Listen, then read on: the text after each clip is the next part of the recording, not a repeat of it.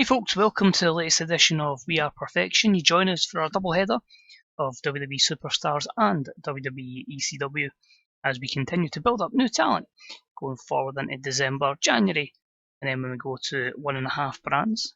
Of course, we'll still be developing stars, but we'll be running predominantly Raw. So who are some of the stars we're going to be seeing in the future? Well, here's one of them in action. Extremely short matchup, we saw Eric Escobar probably picking up more wins than he did on WWE television as he defeats Yoshitatsu in 4:54 with a running dropkick. This was a C-57. Pretty good. Yeah, try to build him up, getting there slowly but surely. And Vicky Guerrero doing some good work at ringside. No skill improvements. Overall, a pretty decent start. Vicky does a promo, again trying to get Eric over, and that is a C-61.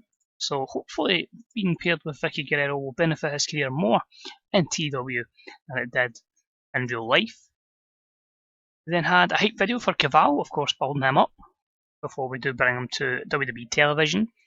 There's a D+48, really excited to actually utilise him better than he did in WWE. This is really good. Then I saw both teams had excellent chemistry and that explains it. But we had decent wrestling and a storytelling match that had not a lot of heat.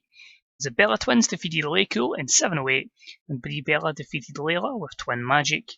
Michelle McCool carrying the match, of course, protecting her. In this instance, Layla can take the defeats.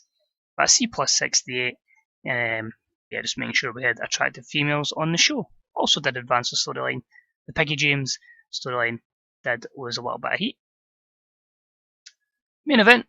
R-Truth on Kayleen Croft, just really giving Truth a bit of momentum.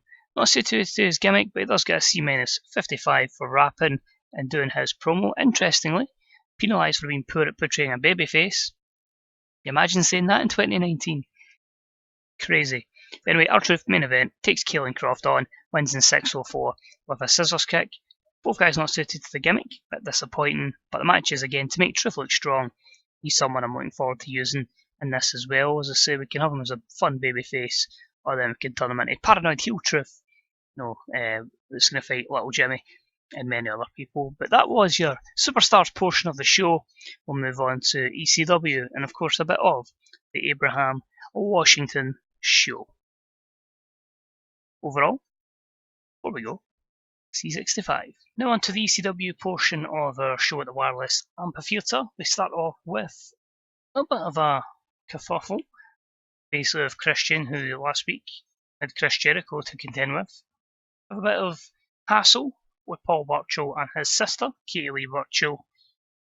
They're basically saying the likes of William Regal away from the brand. It's now time for younger superstars to step forward, and he's going to prove that he should be the next contender for the ECW World Championship, and he's going to kick Christian's ass tonight. So that's a C+70. Crowd got hotter from this, and Katie Lee Burchill enjoyed going off script. We start our first match though. Poor match, but Goldust picks up the win over Vance Archer in 7:59 with the Golden Age. C61. It's a bit tricky with Vance Archer. He's not the youngest guy in the world, and he's not the most over, so it is going to be tricky getting him over. But sometimes you can benefit from being in the ring with a veteran like Goldust, and it's him who picks up the win, because we do need a locker room leader to have a bit of positive morale. Next up, we got a hype video coming to ECW soon. Is yip yip yip what it do? Remember that for a catchphrase. Is of course Skip Sheffield or Ryback, but we will be going with Skip Sheffield here. I might just keep the kind of Nexus people as single stars, and then once all of them are ready for the main roster, boom, Nexus. So D45, as we won't be having NXT here. Then we have the hype video for Caval, so two future ECW superstars getting a bit of hype, probably to 2010 before we debut any. Then I have a decent matchup that saw Shelton Benjamin defeat Zack Ryder in 8:39 with a pay dirt. This was roughly about the time of the True Long Island Stories, I believe, but you got to push someone like Shelton Benjamin, an absolutely phenomenal athlete, and we'll try and get him back to his previous kind of role when he was like 2005 and pretty much dominating the IC division. Good win for Shelton. Then at the bout that had a decent reaction from the crowd, but it had subpar wrestling, even though he's lost William Regal. Ezekiel picks up the win over Tom May Dreamer with a 715 with the Urinage C61. It's again putting Ezekiel Jackson and a veteran that can hopefully help him get an okay match. Not the best.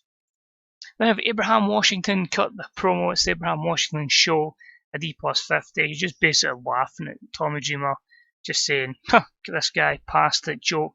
Shows you what ECW is all about. People like that, just brutal.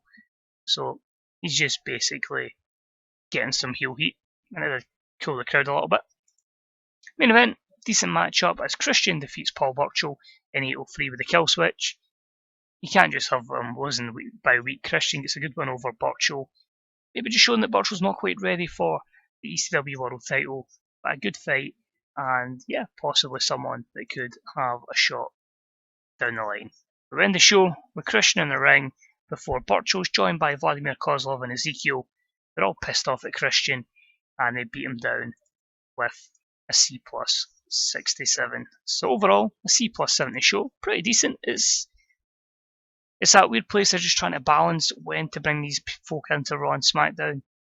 But you got to build them up, you got to get them some momentum, and then hopefully we can kick on and Superstars done at 0.88. So that's it for this episode. As I say, a short one always when it is ECW and Superstars, but let's just see what we're going to be bringing in the future.